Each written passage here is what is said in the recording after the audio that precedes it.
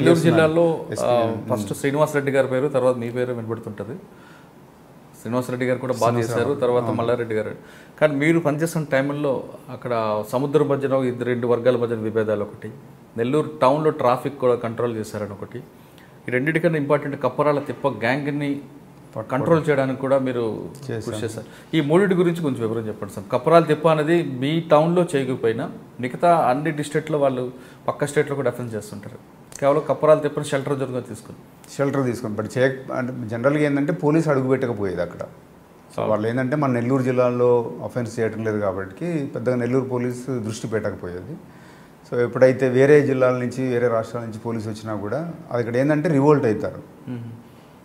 Police ఎందుకు మనకెందుకులే అని చెప్పి చూడటం జరిగింది. బట్ మేమైతే డెఫినెట్గా చాలాసార్లు అరెస్ట్ చేయటం, పోలీసు కొంత ఉన్నప్పటికీ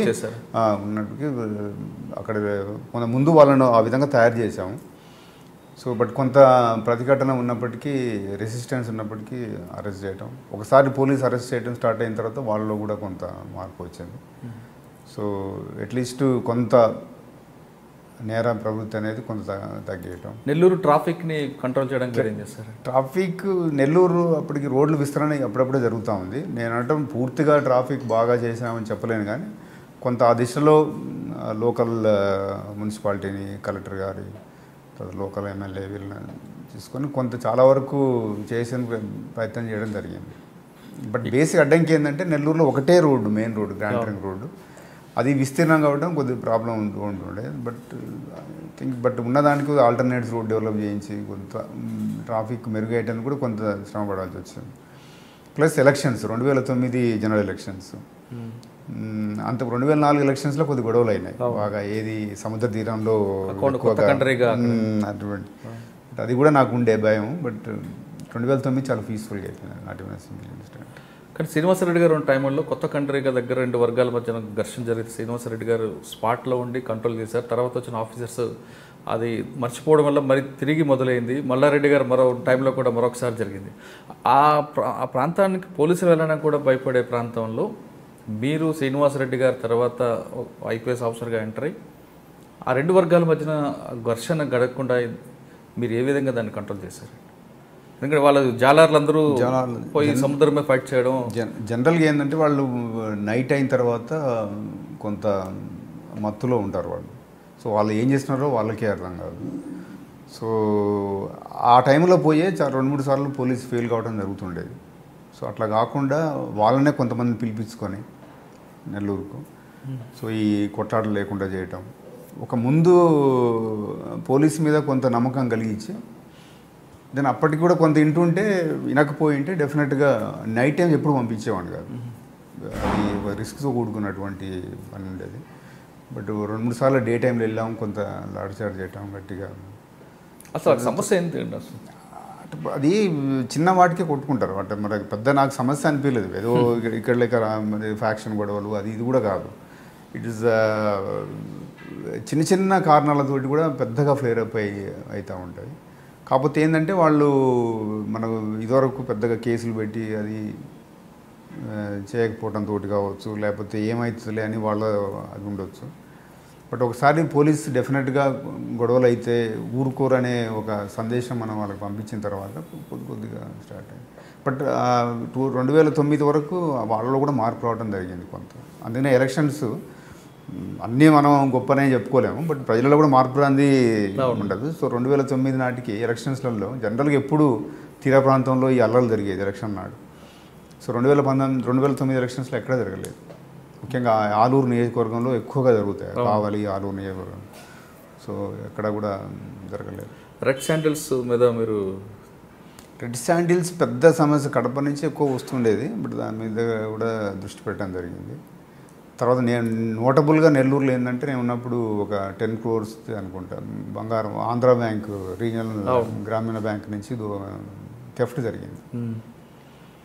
అది లక్కీగా అంటే నేను మేజర్గా 3 చోట్ల అంటే ఈ సందర్భం కాబట్టి చెప్పడం, కర్నూలు ఉన్నప్పుడు కూడా ఒక bank, state bank Andhra bank నుంచి 1 కోటి రూపాయలు ట్రాన్స్పోర్ట్ చేస్తామంటే మధ్యలో కొట్టేసి తీసుకెళ్లారని చెప్పారు. అదొక సెన్సేషనల్ క్రైమ్, అది డిటెక్ట్ చేసాం. తర్వాత మళ్ళీ నెల్లూరు ఎస్పీ పోయిన తర్వాత తెల్లారే వరకే చూస్తే ఆంధ్ర బ్యాంకు దోపిడీ, ₹1 కోటి బంగారం తీసుకెళ్లారు. అది వితిన్ 25 డేస్లో మనం చేయగలిగాం. అంటే ఎలాగ మీకు లీడ్స్ ఎక్కడ దొరికాయి? లీడ్స్ దొరకలేదు, చాలా కన్ఫ్యూజింగ్ ఉండే.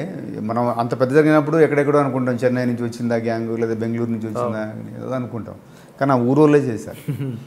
సో ఆ ఊర్లో పక్కన ఒక రింగ్ లీడర్ ఉన్నాడు, అతను చేసి అదే లక్ ఏంటంటే మొత్తం ఫస్ట్ 4 దొరికారు.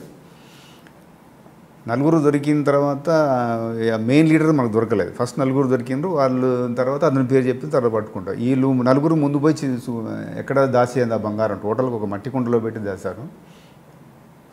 ఆడ పోయి చూస్తే లేదు అది. అతను మెయిన్ లీడర్, అదే ఈ గ్రూప్కి నాయకత్వం వచ్చినటువంటి అతను మెయిన్, వీళ్ళు లేని సమయంలో మళ్ళీ పోయి ఇంకో దగ్గర వాళ్ళ ఓన్ సొంత భూమిలో దాచిపెట్టాడు. అసలు వీళ్ళకి తెలియదు ఆ విషయం. సో మేజర్గా మనకు దొరికారు, అది బంగారం దొరకలేదు. సో అతను దొరికిన తర్వాత కానీ మనకు అంటే ఈ మీన్ టైంలో అతనికి ఏమైనా జరిగి ఉంటే అది దొరికేది కాదు. బట్ ఇంటాక్ట్ టోటల్గా అది ఫార్మర్స్ దాన్ని ఉంటారు తాకట్టు పెట్టి ఉంటుంది కదా, జ్యువెలరీ లోన్ అంటారు, గోల్డ్ లోన్స్ అంటారు, అవి టోటల్గా ఇంటాక్ట్ ఆ స్లిప్స్తో సహా. మళ్ళీ రైతులకు ఇప్పించడం జరిగింది అందరికీ, అంటే తొందరగా మళ్ళీ కోర్టు ద్వారా. అదొక మంచి సాటిస్ఫాక్షన్. అంటే ఎవరు కూడా అంటే జనరల్గా బాధపడతారు కదా, అంటే నగలు బీమా ఉన్నప్పటికీ సొంత నగలు కొంత సెంటిమెంట్స్ ఉంటాయి ఫార్మర్స్కు, అవే మళ్ళీ రావటం. తర్వాత అదే సేమ్ ఇటువంటి సంఘటనే మళ్ళీ డిఐజీ వరంగల్ ఉన్నప్పుడు, అది విలేజ్ భూపాలపల్లి దగ్గర, భూపాలపల్లిలో జరిగింది. అది మళ్ళీ ₹1 కోటి ₹2 కోట్ల బంగారం. మీరు చూస్తున్నారు ఐ డ్రీమ్ న్యూస్ని. మీరు చూస్తున్నది ఐ డ్రీమ్ న్యూస్. అంటే కళలని నిజం చేస్తూ ప్రజలకి నిజాలని కళల ద్వారా తీసుకొచ్చే ఐ డ్రీమ్కి మై బెస్ట్ విషెస్. మీరు చూస్తున్నది ఐ డ్రీమ్ న్యూస్. మీరు చూస్తున్నారు I dream channel. For more videos please subscribe I dream. మరిన్ని వీడియోల కోసం ఐ డ్రీమ్ని సబ్స్క్రైబ్ చేయండి. Please subscribe I dream. And I'm very much satisfied with the way interview went on. Kindly subscribe to I Dream. For more videos, subscribe to I Dream. And loads of fun entertainment and content. Do watch I Dream.